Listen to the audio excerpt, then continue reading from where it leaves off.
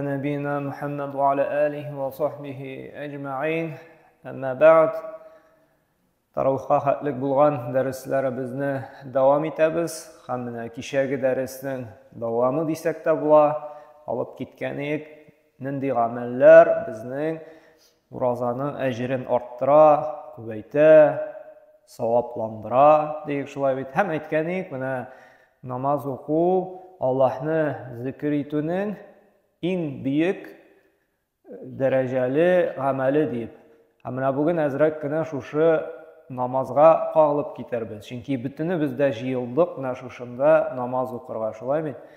Бигрәк тә таравихка дип. Менә ни өчен соң Рамазан аенда аерым шундый башка айлардан аерылмалы буларак таравих намазы куелган. Менә бу таравих намазы Пәйгамбәр саллаллаһу инде Рамазан аенда укый башлаган. Башта беренче көнне укыганга берничә кеше кушылган. Аннан соң икенче көнне тагын берничә сахаба дейик, аның дуслары кушылган. Өченче көнне тагын да күбәйгәннәр, мәчет тула башлаган. Һәм Пәйгамбәр саллаллаһу инде бу таравих намазы өммәтенә фарыз булыр дип куркып, 4нче көнгә инде чыкмаган. Инде генә укыган. Чөнки ул нафил сөннәт намаз. Безнең инде фарыз, ансы җәмәгать белән иратлар өчен инде сунна муаккада булып тора. Абу Ханифа мазхабында, Ханбали мазхабында хәтта ваҗиб дәрәҗәсендә дә ул фарыз намазларын иратлар белән, җәмәгать белән уку. Һәм Пәйгамбәр саллаллаһу шушы фарыз булыр дип 4нче көнгә чыкмаган. Һәм инде иртәнге намазда 5нче көннең әйткән, миндә инде сезгә фарыз булуы дип куркыр дип чыкмадым ди. Әмма сахабалар аңлаганнар, бу Рамазан аенда бик каты хуп күрелә торган, бик кирәкле намазларның берсе. Һәм Пәйгамбәр саллаллаһу да менә шуңа таравих намазына карата хәтта аерым хәдисләре дә бар. Уразадан тыш без кич белән җыелып Аллаһны зикр итәргә тиешбез шушы таравих намазында. Пәйгамбәр саллаллаһу әйтте, менә кемдә кем Рамазан ае буе "Мен кама Рамазана иманан ва ихтисабан гуфира лаху ма тaqaddama min dhanbihi" ди. Бухари һәм Муслим җинтында килә торган хәдистә кемдә кем шушы Рамазан ае буе таравих намазына йөри икән, бердә калдырмыйча тырыша. Аңады һәм шушы намазга йөри нәрсә белән? Иман белән. Ягъни Аллаһы Тәгаләнең барлыгына, берлегенә ышанып, ва ихтисабан Аллаһы Тәгаләдән әҗр савап өмет итеп, шушы савабым, шушы намазга йөрү саваплы Аллаһы Тәгалә гынахларымны ярлыклар, әҗр савапларын бирер, аның рәхмәтенә ирешермен. Менә шундый өмет белән йөри икән ди. Шушы таравих намазына йөргән сәбәпле Аллаһы Тәгалә шуңарчы булган гынахларын ди, ярлыклар ди. Бу тагын әле ураза кебек үк сәбәп икән нишләргә? Гынахтан чистарынуга, гынахтан арынырга. Һәм әйткәнек, таравих намазы ул нәфил намазы, шулай бит. Фарыз намаз түгел. Кеше тели икән укый, теләмәй икән укымый. Әмма бик зур югалтуда булачак. Кайбер вакыт була бит, шундый зур киремле шабашка, шулай бит. Эшләсәң, зур кирем аласың. Әмма әгәр дә ялкауланып, акчам пакка бар әле, җитә әле, шулай бит кайбер кеше әйтергә, уразада тотам бит инде, шушы әҗере миңа җитер әле дип, теге зур киремле эшне калдыра икән, ул бит имәр югалтыда була, шулай бит. Без яратабыз бит әйтергә, акча бер кайчанда лишний булмый дип. Савап та бер кайчанда лишний булмый җәмәгать. Әйе, менә нинди мөмкинчелек була икән савапны эшләргә, әҗерне аны эшләп калырга кирәк. Чөнки кабергә киреп яткач, иң үкенәчәкбез, эшлисе калган икән дип. Коръәндә Аллаһ Тәгалә әйтә бит, адәм баласы ди, үләргә әҗәле җиткәч ди, һәм инде үлгәч ди, үкенер ди, ничек ди? Раббым мине кайтар, бәлки мин калган изгелекләрне эшләр идем дип. Шуңа күрә менә бу изгелек бигрәк тә шушы Рамазан аенда бик кирәкле изгелекләрнең берсе. Шуңа күрә монда галимнәр әйтәләр. Монда галимнәр әйтәләр, менә кеше өчен нәрсә хәерле? мәчеттә килеп җәмәгать белән таравих укыргамы яки өйдәме? Монда әйтәсем килә, кайбер кеше әйтә бит, өйдә генә укыйм ди, өйдә генә рәхәт миңа ди. Әгәр дә инде өеңдә рәхәт икән, хушуклырак икән, проблема юк. Әмма бер фазилатны югалтабыз. Менә монда Пәйгамбер саллаллаху алейхи ва саллям әйтте, шулай Бухари җыентыгында килә торган, Тирмизи җыентыгында килә торган хадистә: "Мен қама ма'ал имами хатта янсарифа кутиба лаху қиямул лейла" ди. Кемдә шушы ястү намазына килеп фарыз белән, имам белән ахырга хәтлек бөтен намазны укып чыга икән, монда намазлар сүз турында бар, яме? Намаз именно.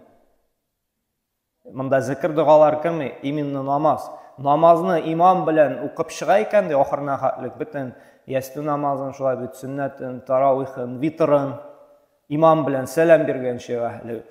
Ул ди төне буе намаз укыган кебек әҗер алачакты. Қиямул лейл. Ягъни төне буе намаз укыган кебек әҗер алачак. Менә шуңа күрә әгәр дә без инде теге ялкауланып килмәсәк диек, без шушындый зур саваптан мәхрүм булабыз. Без бит төне буе намаз укымыйбыз. Без монда инде 1 сәгать укыйбыз. Ну, сәгатьтә 15 минут дигән яра бөтен дугалары белән. 1 сәгать 15 минут син намаз укып имам белән төне буе намаз укыган кебек нәрсә аласың? Савап аласың. Шуңа да менә җиткерергә кирәк кардәшләребезгә, дусларыбызга шушы Рамазан аенда шушы фазилатны югалтмаска. Һәм менә шушы намаз уку әле ул нурландырачак безнең бу дөньяда йөзебезне дә, чынлап та кем намазларын саклый икән вакытында әйтәләр бит, бигрәк нурлы кеше бу дип. Шулай бит, Аллаһы Тәгалә моның йөзен нурландыра. Ә менә намаз укыган кешене Аллаһы Тәгалә каберен нурландыра. Чөнки намаз уку менә шушындый нур, ул безнең нурландыра бу дөньяда йөзебезне, ә инде кыямәт көнендә ул безне нурландырачак. Һәм моңа дәлил булып тора, Муснад Имам Ахмад җыентыгында килә торган хадистә Пәйгамбер саллаллаху алейхи ва саллям әйтә: "Аннаху закара ас-сала яуман фaqala man hafaza alayha" ди. Һәм намаз турында әйтте ди. Кем намазларын инде саклый икән ди, үз вакытында укый икән, канат лаху нуран ди. Ул аңа нур булачак ди, яктылык булачак ди кыямәт көнендә. Ва бурхан ва наҗата яумал кыяма. Һәм ди дәлил булачак ди. Бурхан, дәлил, довод. Һәм кыямәт көнендә ди ул аны уңышка китерәчәк ди. Аллаһның газабыннан арындырачак. Һәм менә ни өчен соң монда дәлил диде. Ни өчен менә монда намаз ди? Кем намазын сакласа, беренчесе нур, яктылык булачак, икенчесе дәлил булачак. Һәм чынлап та намаз укуыбыз ул безнең дәлил булып тора безнең иманыбызга. Әгәр дә без Аллаһы Тәгаләгә ышанабыз, аны яратабыз дибез икән, без аны шушы иң хәерле гамәл белән, намаз белән расларга бурычлыбыз. Менә бу дөньяда да берәр сүз әйтәбез икән, безгә нәрсә диләр? Давай эшләп күрсәт диләр. Ну, докажи. Шулай бит. Отвечай за свое слово диләр. Шулай берәр вәгъдә бирдең икән, үтә диләр. Үтәмисең икән, син инде пустазман буласың, шулай бит. Менә монда да мин Аллаһка ышанам, мин аны яратам дисәк, біз дәлилләргә тиешбез шушы сүзебезне гамәл белән, иң зур, иң куәтле гамәлләрнең берсе ул намаз. Намаз әле ул шөкерле, рәхмәтле булуыбызга бик зур дәлил булып тора. Менә әтияниләребезгә без рәхмәтле булабыз ничек? Әтиянинең сүзен тыңлап, аңа булышып, аны ихтирам итеп, яратып, шулай бит бүләкләр биреп, һәм әтиянинең әмерен үтәмибез икән, әйткән сүзен колакка да элмибез икән, без бит тәртипсез булабыз, шулай бит шөкерсез, әдәпсез булабыз.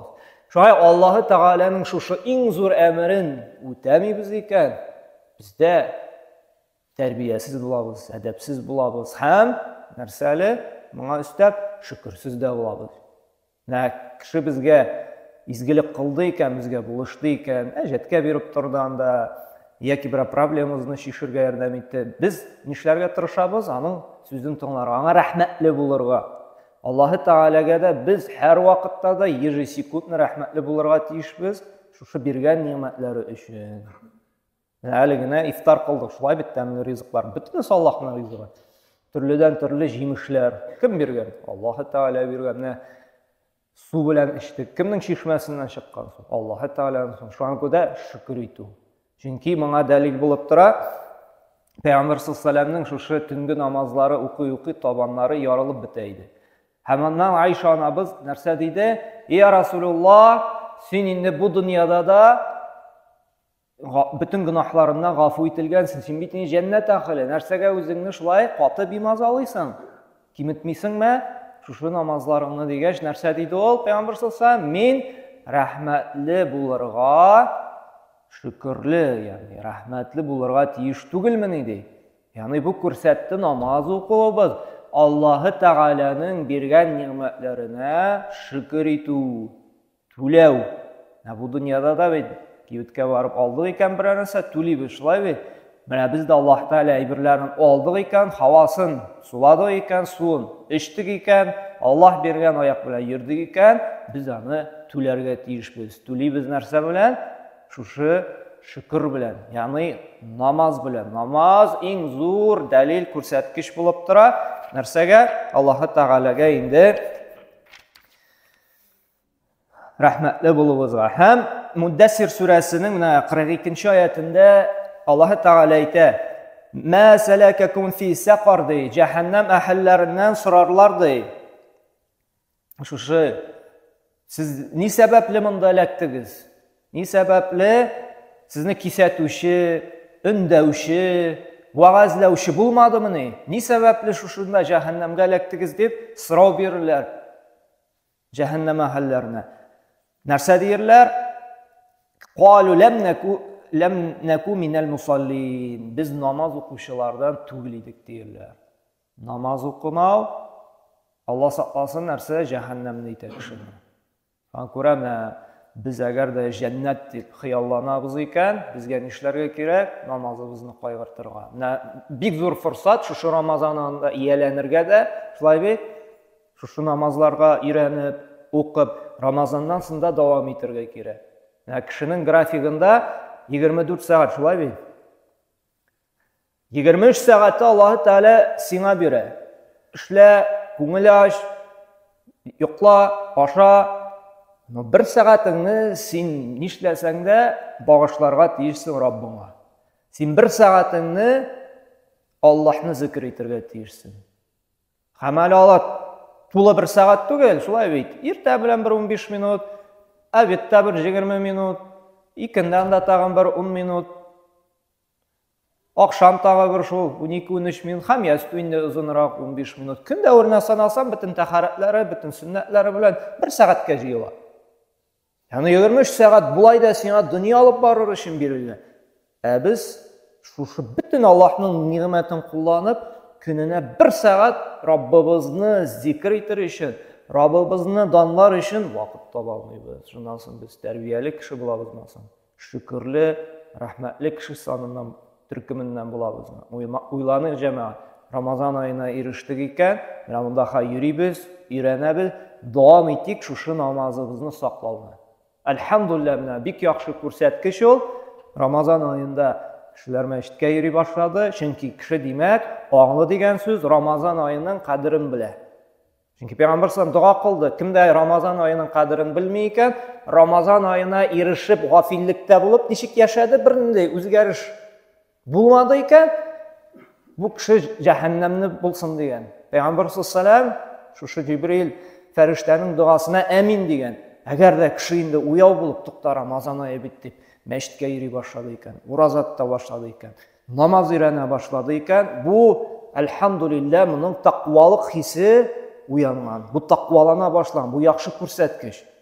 Уяна башлаган. Әле без тақвалык турында сөйләгәндә, киләсе дәресләрдә буны тагын бер зикр итеп алырбыз. Менә шушы яхшы күрсәткечне безгә сакларга кирәк Рамазан аеннан соң. Алла Субхану ва Тааля безгә тәүфик хидayat берсенә, шушы намазларыбызны саклап, таравихларга тагын да инде йөрергә, аны инде тынычлык белән, ләззәт белән, хушуклык белән укырга, һәм инде шушы йөргән намазларыбыз сәбәпле гөнаһлардан ярлыкланырга насыйп итсен. Менә берәйберне генә әйтергә оныттым. Әйттек бит, кем ураза тота, шулай бит, ул гөнаһларыннан арына чистарана диде. Кайбер кеше авырту сәбәпле, башка гозер аркасында ураза тота алмый, шулай бит.